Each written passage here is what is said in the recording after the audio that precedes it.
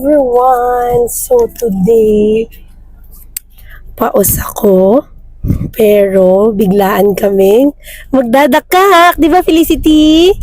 Yay! Magsiswimming kami sa dakak. Yung, dahil yung dakak is 20 minutes away lang mula dito sa bahay namin. And meron silang promo. Ang price talaga kasi ng dakak is 1 to 1.5 per packs.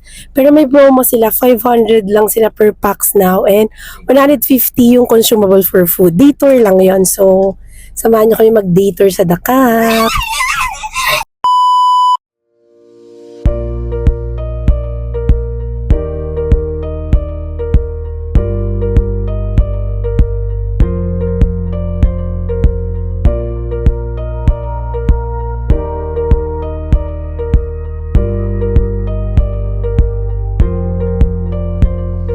Finally, we're here na sa dakak. Ito yung papasok ng dakak. Ito yung pinaka-gate nila. Malayo pa to doon sa pinaka-lobby nila and pinaka-beach nila. Marami ka pang pagdadaanan. So, samahan nyo kami.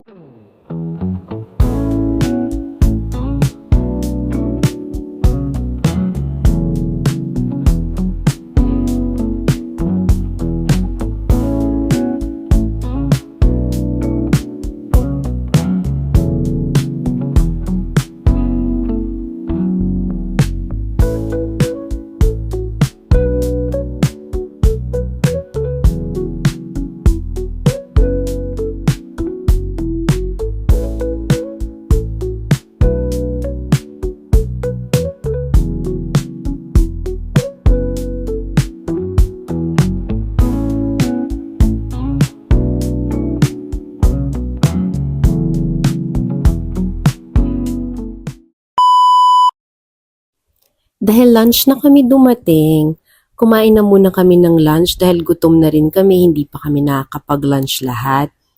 Ang ginamit namin dito is yung consumable namin na 150 per person, galing dun sa 500 per packs. Siguro yung inabot ng bill namin is around almost 3,000 din. Pero okay naman yung food nila, masarap naman, lalo na yung pad thai nila. I like the pad thai.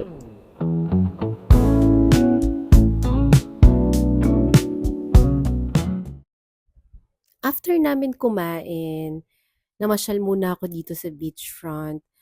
Maulan yung pagpunta namin ngayon sa Dakak. Wala talaga siyang araw. The whole time na nagstay kami dito, hindi siya umaraw.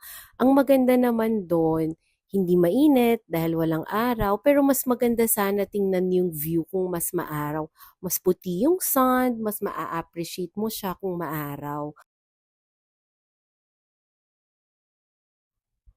Yan namang mga villa na nasa cliff na nakikita nyo, yan yung tinatawag nila na Villa Angelina. Iba yan dito sa Dakak. Pero kapag dyan ka sa Villa Angelina nagstay, pwede ka na rin pumunta dito sa beachfront ng Dakak. Ito na rin yung pinaka-beachfront nila. Sobrang ganda dyan sa Villa Angelina. Nagstay kami dyan last year, February, Valentine's. Medyo maraming tao, pero okay lang kasi sobrang sacred dun sa Villa Angelina, tahimik, may sarili kayong jacuzzi. Sobrang nag-enjoy yung baby namin dyan last year. Sobrang laki ng villa as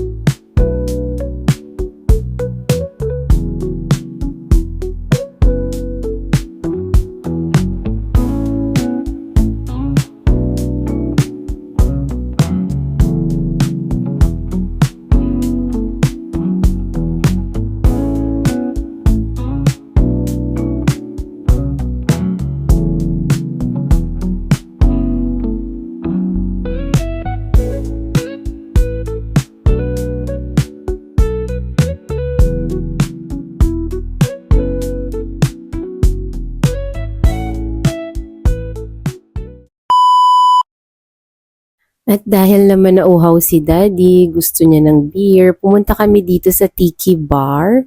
May mga bar, pizza din dito sa Dakak, mga restaurant, seafoods. Maraming pagpipilian dito at dahil drinks ang gusto namin, dito kami sa Tiki Bar dahil gustong uminom ng beer ni Daddy. Bumili muna kami ng beer dito sa Tiki Bar para mag-chill.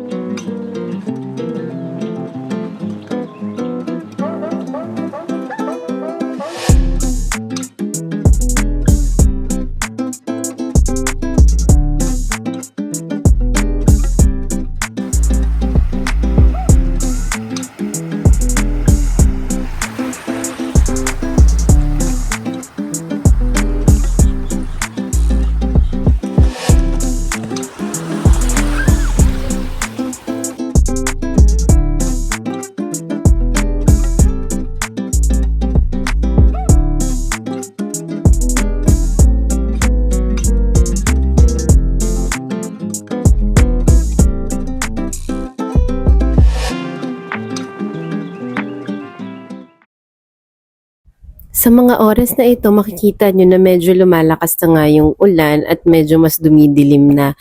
Pero itong baby ko, hala, swimming pa din siya ng swimming. So, pinasulit na rin namin. Sa mga oras na to, ito na rin yung mga huling video ko sa Dakak. Kasi half day lang kami nagstay dito. Siguro pumunta kami ng 12 noon and then umalis na rin kami ng around 4:30. Maulan din kasi and kakagaling lang din namin halos lahat sa sakit dahil flu season. Thank you for watching guys. Salamat sa pagsama. Sa susunod na travel ulit.